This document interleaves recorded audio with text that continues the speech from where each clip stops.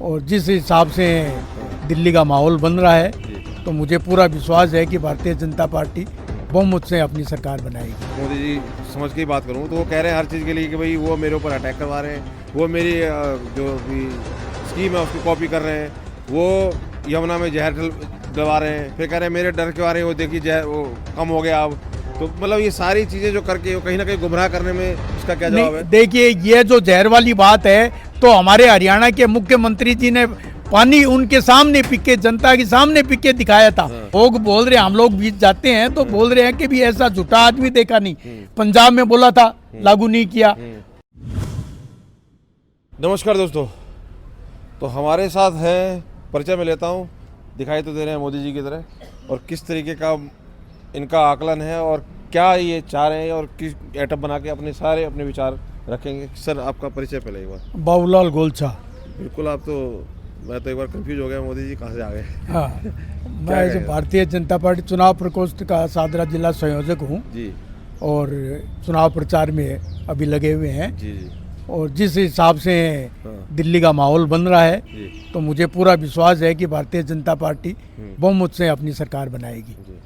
और जो हम लोगों ने संकल्प पत्र दिया है, उस संकल्प पत्र को लोगों ने ये समझा है और वो ये चीज़ पर विश्वास कर रहे हैं कि जो नरेंद्र मोदी जी ने ये संकल्प पत्र बनाया है, भारतीय जनता पार्टी दिल्ली प्रदेश का यह संकल्प पत्र मोदी जी की गारंटी के रूप में जनता के बीच में आया है। और लोगों को ये विश्वास है कि मोदी जी की गारंटी है, इसका मतलब पक्की गारंटी है, ये काम निश्चित होगा। इसलिए लोगों का झुकाव भारतीय जनता पार्टी की तरफ है। और जो पहली गवर्नमेंट थे, भ्रष्टाचारी गवर्नमेंट थी, वो उसके ऊपर से जनता का विश्वास उठ गया है। अब जनता ये चाहती है कि दिल्ली की दशा और दिशा बदले, उसके लिए भारतीय जनता पार्टी को लाना जरूरी है। और जो ये संकल्प पत्र है वो हर क्षेत्र के व्यक्तियों को प्रभावित करेगा, चाहे महिला हो, चाहे नवयुवक हो, चाहे व्यापारी हो, चाहे वरिष्ठ व्यक्ति हो, तो उन सबको ये संकल्प पत्र के द्वारा उनको लाभ मिलेगा। पर जिस तरीके का इनका व्यवहार या जिनका आचरण दिखाई दे रहा है, हर चीज़ के लिए ये लालचन लगाते फिर रहे हैं आपके ऊपर, खासकर मोदी जी को। मैं अगर मोदी जी समझ के ही बात करूं तो वो कह रहे हैं हर चीज़ के लिए कि भाई वो मेरे ऊपर अटैक करवा रहे हैं, वो मेरी जो भी स्कीम है उसकी कॉपी कर रहे हैं, वो यमुना में जहर डलवा रहे हैं, फिर कह रहे हैं मेरे डर के बारे में वो देखिए जहर वो कम हो गया अब। तो मतलब ये सारी चीज़ें जो करके वो कहीं ना कहीं गुमराह करने में धरातल पे, ये आप जो गुमराह की बात कर रहे हैं, मैं तो कहता हूं कि मैंने पूरे इंडिया में घुमा हूं, बाहर भी गया हूं, लेकिन ऐसा झूठा आदमी मैंने आज तक नहीं देखा। ये अपने बच्चे की कसम खा करके उस बात को कर लेता है, उस आदमी के ऊपर आप क्या विश्वास करेंगे? ये जो बहाने बना रहे हैं मोदी जी के नाम से या भारतीय जनता पार्टी के नाम से, तो अब जनता समझ गई है कि ऐसा झूठा आदमी पूरी दुनिया में नहीं है। कह रहे हैं कि जहर मिला दिया था यमुना में और मेरे डर की वजह से देखो कम हो गया। अब इसका क्या जवाब है? देखिए, ये जो जहर वाली बात है तो हमारे हरियाणा के मुख्यमंत्री जी ने पानी उनके सामने पी के, जनता के सामने पी के दिखाया था। यदि जहर होता तो मुझे कुछ होता कि नहीं होता। वो कह रहे हैं मुंह में लगाया, थूक दिया जहर। कोई जहर लगाएगा मुंह में? नहीं, पानी पिया है उन्होंने, मुंह में लगाया नहीं, पानी पिया है। और उसकी हिम्मत है तो वो भी आगे पी के देख लो। अब यदि दिल्ली के पानी के अंदर इतना जहर नहीं होता, 3 महीना पहले छठ पर्व के टाइम में हमारे दिल्ली प्रदेश के अध्यक्ष ने वहां पर पानी में डुबकी लगाई, उनको तुरंत हॉस्पिटल में एडमिट होना पड़ा।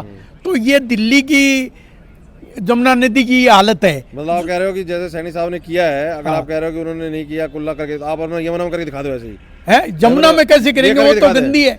हरियाणा गलत किया है तो हरियाणा से जो पानी आ रहा है उसको हम पी के दिखा देंगे। दिल्ली का पानी तो जहर है। नहीं तो वही तो मैं कह रहा हूँ, सैनी साहब ने वहाँ किया तो ये कह रहे हैं कि वो भी गंदा है, उन्होंने थूक दिया। तो कह रहे हैं आप यमुना में करके दिखा दो, ऐसी थूक के दिखा दो, कोई दिक्कत नहीं अगर ऐसी बात है तो। इनसे केजरीवाल साहब से कहा है, केजरीवाल साहब से, केजरीवाल साहब ये बोल रहे हैं कि यमुना साफ है, तो वो यहाँ का पानी पी के या डुबकी लगा के दिखा दे तो हम मानेंगे कि ठीक है।